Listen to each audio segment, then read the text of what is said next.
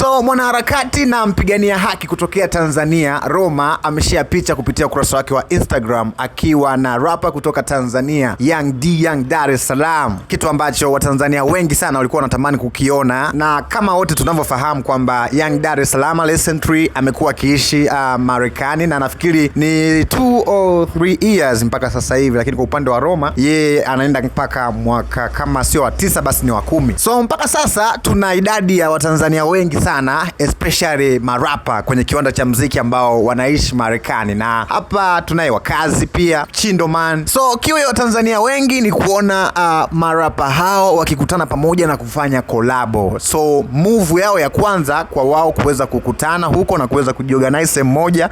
Hapa nimemwona wakazi Young D pamoja na Roma. Hiyo ni hatua nzuri sana kwa watatu hao na wengine pia ambao ni wasanii au ni marapa lakini wapo huko nchini Marekani kuweza kufanya kitu pamoja. Na kuacha uitazame hii video wakiwa pamoja. Mimi ni the baddest boy Mbabe Ninja in town na hii hapa ni Lenlo TV. Kama ndio mara yako ya kwanza unakutana na YouTube channel yetu, usahau kusubscribe, kulike pamoja na kucomment. Big time.